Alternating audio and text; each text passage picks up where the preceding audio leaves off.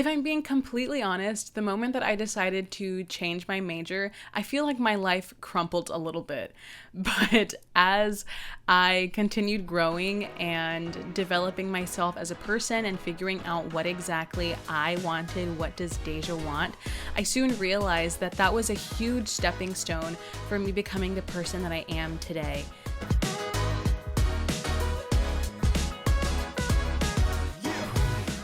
Hello, everyone, and welcome to the Learn It From Me podcast, where every week we learn how to grow, love deeper, and elevate our lives. My name is Deja Criston, and I am your host. I am so very thankful and happy that you are listening in today. Today's topic is going to be on how my life changed when I decided to change my major and what I learned from it. Okay, so let's rewind all the way back to April 20th, 2017, when I decided to come to UT Austin. UT was the first school that I toured, and I absolutely fell in love with it. I loved the campus and the fact that it was one of the top-rated schools for performance.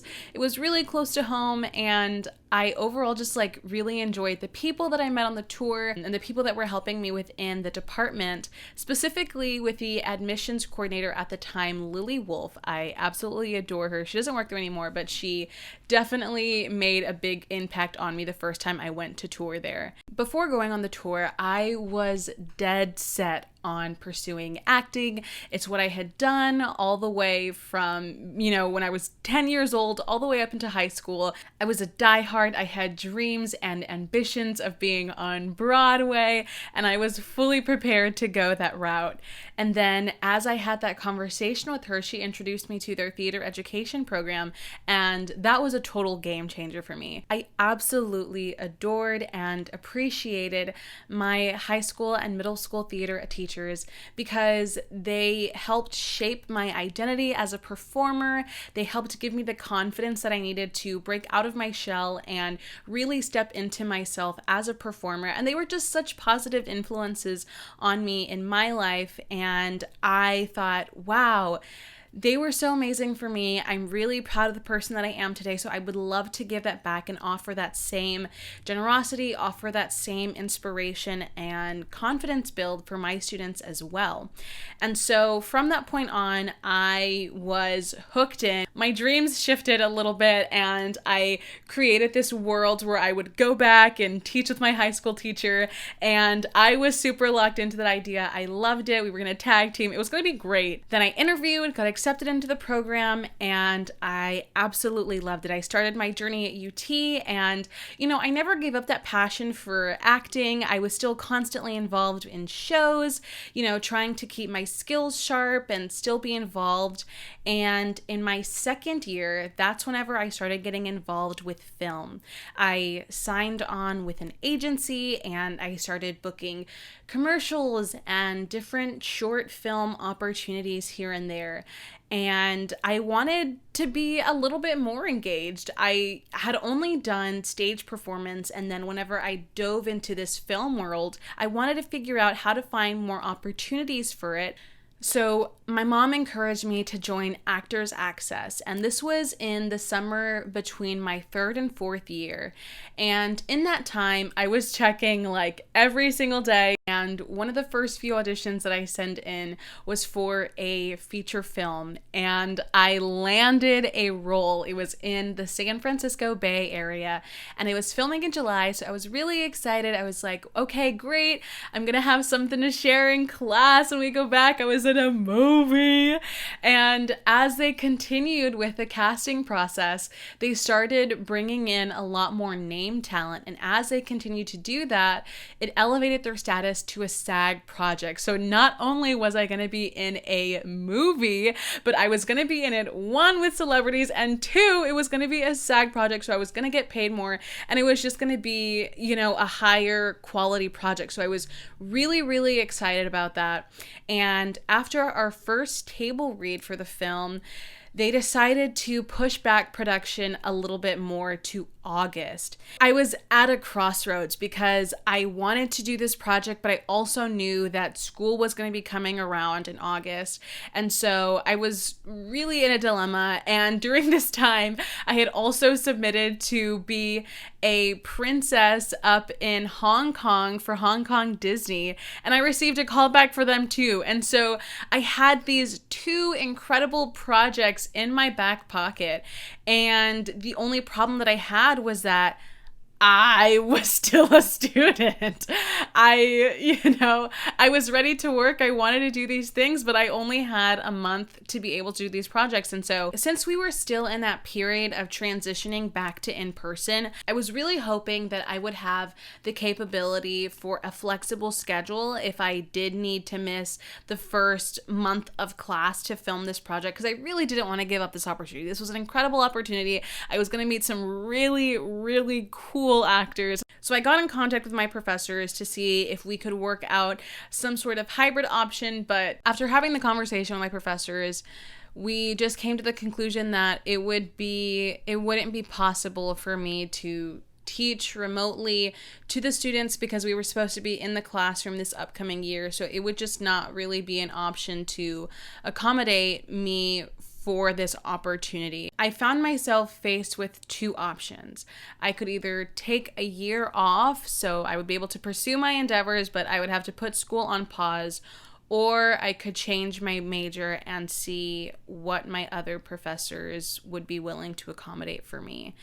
And so, if I'm being completely honest, I felt really stuck and hopeless and just completely lacking hope because I didn't want to take a year off and push graduation a whole year for missing the first month of school. I also didn't want to lose the connections that I had with my cohort because we were so strong, we were so connected, doing all of our classes together, supporting each other and everything. And so I didn't want to lose that. And I also just didn't want to change my major my senior year. I was so close, and so anything that was jeopardizing me finishing within the 4 years, I was really hesitant towards because I was ready to start my life and continue these endeavors. After I landed those roles, I was like, oh my goodness, I have the talent, I have the potential to do this stuff. The only thing holding me back now is school, but I want to finish school. I want to continue doing this, but everything feels like it's just not aligning for me to get what I want. And so it was honestly really frustrating and really confusing, and I had a lot of external voices and doubts and opinions and thoughts of how I should make this decision and what could happen if I do make this decision and this and this and this. And it was just so overwhelming. It was so overwhelming. I was terrified of making the wrong choice. Am I throwing away everything I've built the past 3 years for this short film movie and potentially me working at Hong Kong Disney? Am I going to throw all of that away for these other opportunities? And so it was just a lot. It was a lot going on. And so one day I just decided to speak to my advisor just to get some clarity on the logistics of me changing potentially to keep me within the 4 years and just to see what my options were. I felt like I didn't have a lot of options, or the options, maybe I did have a lot of options, I just didn't like the options that I did have. And so after talking with him for about 2 hours and brainstorming possible solutions, we finally came to one, and I spent a lot of time thinking about it after that conversation, and I finally decided to change my major. I switched it over from the BFA in You Teach to the BA for Theater and Youth and Communities. And luckily they were very similar degrees, and so a lot of my courses aligned with it. A big difference between the programs was just that I was not going to be completing with my teacher certification, and there were a couple of classes that I needed to take that were not a requirement for the BFA but were for the BA program. And so that was huge for me. That was huge because I didn't know what was going to happen. I was doing a total recourse now. I was nervous that my professors were not going to look at me the same. I was nervous about, am I still going to get opportunities that I want? Because I still want to teach. Like, I still love educating. I still love being able to reach children and speak to children. So I still had a burning passion and desire to be involved in some capacity, but I just didn't know what navigating this next step was going to look like. And that was really tough, just the uncertainty of it all. Being on the other side now of that situation and being able to reflect and see how I am now and how everything played out, I was able to see that sometimes whenever things are going right, whenever things are going the way that we feel like they should be, and then disruption and chaos emerges from it, sometimes we have to step back and realize what is going on. What is God? What is the universe telling me that needs to be removed in order for me to push forward? Why is this disruption happening? What is it trying to tell me to release so that I am more aligned with my spiritual purpose, so that I am more aligned with my mission and purpose? Sometimes we do just have to release things to let new opportunities come in. And that's exactly what this did for me. This was one of the huge staples in my life that I felt like I was making a choice for what Deja wanted. It didn't feel like a small choice. I mean, in the grand scheme of things now and how I see how everything turned out, it was a bit of a minor choice, but in that moment it felt major because I had built my entire identity around this and now it was shaken up. Now, I had to rethink, reassess, and I was really proud of myself for listening to my intuition, for not allowing what everyone else was saying around me to so deeply influence and control the decisions that I wanted forth for myself. This was a time where I had to think, what does Deja want? What does Deja want to see for her life? Because the way that my life was panning out, I was planning to be in the classroom. I was aligned to be teaching. I was aligned to do all of these things. And then this came up. It was a bright, shiny thing. It shook up my whole world, and then it continued to shake it up. But I was so happy where I landed after, because whenever I was able to switch my major, so many other things started coming up. It was absolutely ridiculous.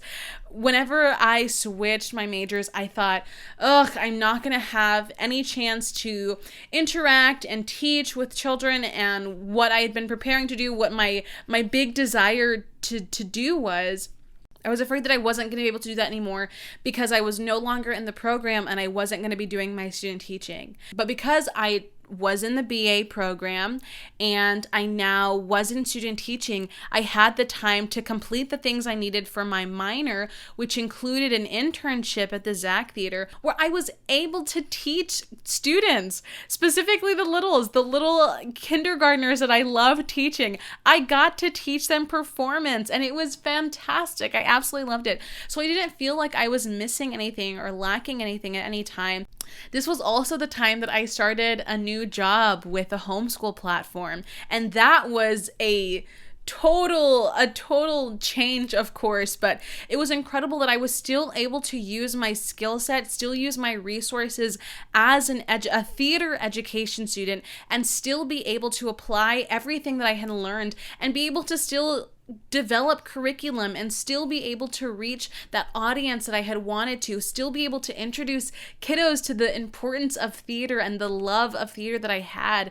And it just gave me the freedom to pursue so much more. The classes that I was taking were working well with my schedule, where they weren't pulling too much. I had a good balance and I was okay and I felt really good. And so all in all, I'm really grateful for the experience that I had with everything, because it aligned me exactly to where I am now, to be able to do the things, to be able to speak to you and share my story because of all of these things. And so to anyone who is considering changing their major, I would say this: One, you are not the first person and you are not the last person to want to change your major. So don't stress about it too much. There are things in play to help you accommodate through that process. And I want you to know that it's going to be okay.